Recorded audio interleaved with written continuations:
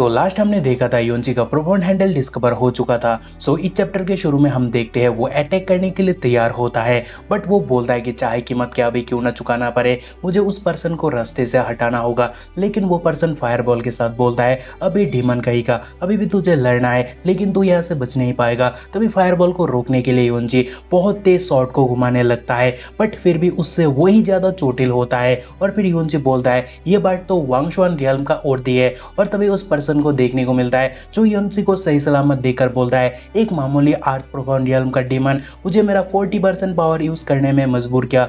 अभी मैं आश्चर्य नहीं हूँ कि प्रिंस क्यों तुम्हें मिटाना चाहता है। चाहे योंची भी लाइक क्या सचमुच फेंग शिचेन का चौपी था। और फिर वो शॉट उठाकर फिर से पावर अप होने लगता है। तभी वो पर्सन भी फायर के साथ बोलता है अब मर। तभी एक साइड से ब्लू यानी योंची और दूसरे साइड यानी बुड्ढे का योलोरा एक दूसरे को मारने आता है, जो कि काफी प्लीजिंग था तो मेरे लिए। बट आपको कैसा लगा वो हमें कमेंट करके बताना। खैर तभी जैसे ये आइस बीस्ट को लेकर योंची उस पर्सन से लड़ने आता है तो वो पर्सन वो आगे खड़ा कर देता है और बीस्ट के ऊपर अपना पैर रखकर बोलता है, एक मामूली कमजोर बीस्ट का इतना हिम्मत वो भी मेरे सामने आ गया। जहाँ बीस्ट को देखकर योंची बहुत दुखी होता है और बोलता है उसे जाने दो वरना। तभी वो पर्सन देखता है कि योंची को उस बीस्ट से बहुत प्यार है। वो बोलता है कि जबकि एक डीमन होकर तुम इसके लिए फिक्रमंद हो तो मैं इसे हेल भेजूंगा। और फिर वो बीस्ट को कुचलने जाता है और वह एक लात खाकर बीस्ट का हालत ऑलरेडी खराब होता है, जो योंची से देखा नहीं जाता। और वो बोलता है कि शियाओ चैन, जहाँ वो पर्सन बोलता है कि कैसा लगा, जो बीस्ट तुमने पाला पोसा वो मेरे पैरों तले मर गया। जो देखकर योंची बहुत गुस्सा होता है और बोलता है इस पाप के लिए तू जरूर मरेगा। और फिर शॉर्ट स्ट्राइक के साथ वो आगे बोलता है अगर तू मर भी गया फिर भी मैं तेरा हजारों पीसेस बनाऊंगा।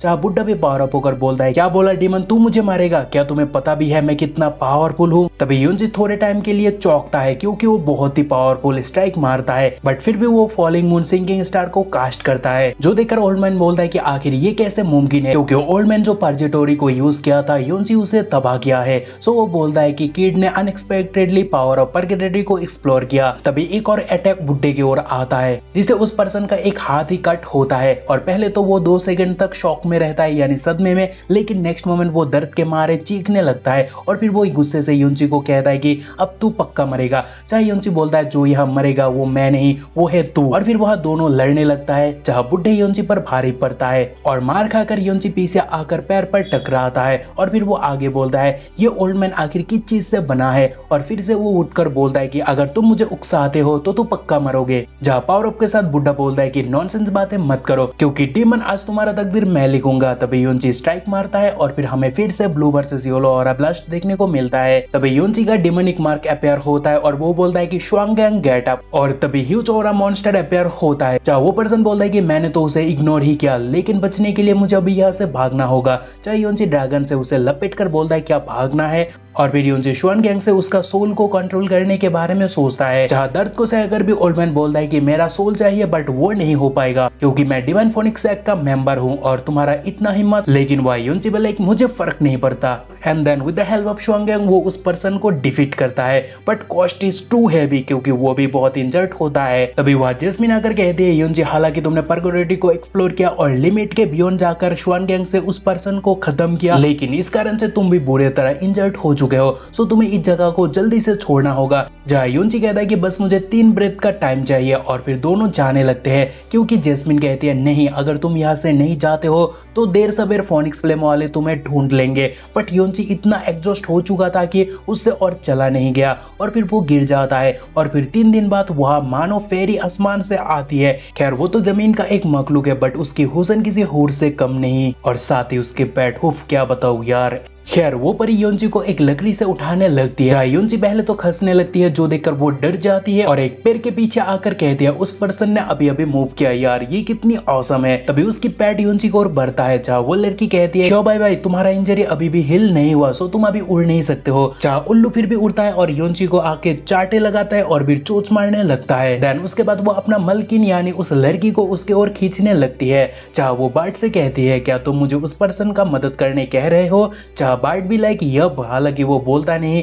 बट एक्सप्रेस जरूर करता है। तभी उसे एक पील देकर वो लड़की बोलती है तो फिर ठीक है, ये श्वानवान पील है जो मुझे मेरे पापा ने दिया, जो कि बहुत पावरफुल पील है। तभी पील लाकर वो बार्ट योंजी के मुंह पर डालता है। जहाँ कुछ देर बाद वो लड़की फिर से योंजी को उस लकड़ी से टच करता है, लेकिन मजे की बात योंजी उसी वक्त अचानक होश में आ जाता है, जो देखकर वो फिर से डर जाती है और फिर से पेड़ के पीछे आके छुप जाती है और कहती है वो पर्सन फिर से मूव किया। तभी योंजी उठ तो जाता है बट उसका सर अभी भी बहुत दुख रहा है और सामने का नजारा देखकर वो बोलता है कि मैं कहाँ हूँ, और फिर वहाँ का ऑरा फील करके बोलता है यहाँ तो बहुत रिच ऑरा है, और फिर अपने आप को छूकर बोलता है कि अजीब बात है, मेरा इंजरी लगभग हिल हो चुकी है, लेकिन अजीब बात इसीलिए है क्योंकि मेरा डाव खुद से इतना तेज है, कभी भी मुझे हिल नहीं कर सकता था, लेकिन मैं इतना हिल कैसे हो गया। और फिर वो आगे कहता है क्या ये कमाल यहाँ का रिच ऑरा का है, और फिर वो आगे बोलता है चलो इस बारे में बाद में सोचेंगे, लेकिन जबकि सामने इतना खूबसूरत नदी है तो इसमें पहले नहा लेते हैं।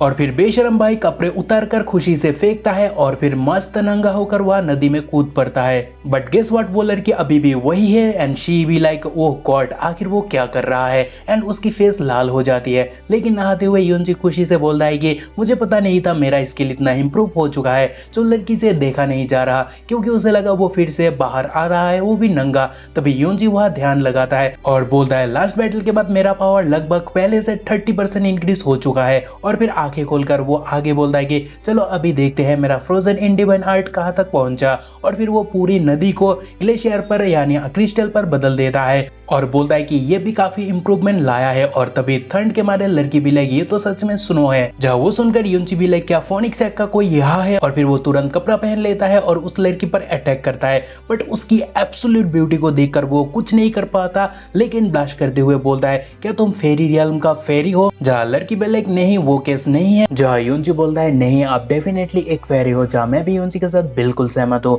तभी योंजी का फ्लर्टिंग देखकर जैस्मिन कहती है कि योंजी ठरकी गई का। तभी योंजी जैस्मिन को इग्नोर मार के फेरी को बोलता है कि हेलो देयर, सॉरी मैं अपने आप को इंट्रोड्यूस करना भूल ही गया, so let me introduce my self, मेरा नाम है फेंग लिंगयोन। चाहे वो लड़की कहती है कि मेरी नाम है फेंग शिवार और तुम मुझे शिवशो बुला सकते हो। और फिर वो शिवशो आगे कहती है कि एक बात और, क्या आपने अभी अभी वो सुनो क्रिएट किया, और अगर किए हो तो आखिर आइस एट्रीब्यूट प्रोफान आर्ट्स आप कैसे जानते हो, क्योंकि फोनिक्स सैक में तो छोड़ो इस रीजन में भी इस टेक्निक को कोई प्रैक्टिस नहीं करता है। जहाँ योंजी बात को टालने के लिए बोलता है कि ऐसा इसीलिए क्योंकि जब मैं छोटा था तभी मुझे अंडरकवर एजेंट के हिसाब से ब्लू वाइन नेशन भेजा गया, सो मुझे मेरा पहचान छुपाने के लिए इस टेक्निक को सीखना पड़ा। तभी बाहें फैलाकर शिवशु कहते हैं कि तब तो ब्लू वाइन पर बहुत सारा स्नो होगा, मीन शी लाइक्स आइस। जो देखकर योंजी बोलता है कि हाँ शिवशु चिंता मत करो, क्योंकि अगर स्नो देखना चाहते हो तो मैं आपको हजारों मीलों तक फैला हुआ आइस ब्लू वाइन नेशन पर दिखाने ले जा सकता हूँ। जो सुनते ही शिवशु बहुत खुश होती है और कहती है हुर्रे,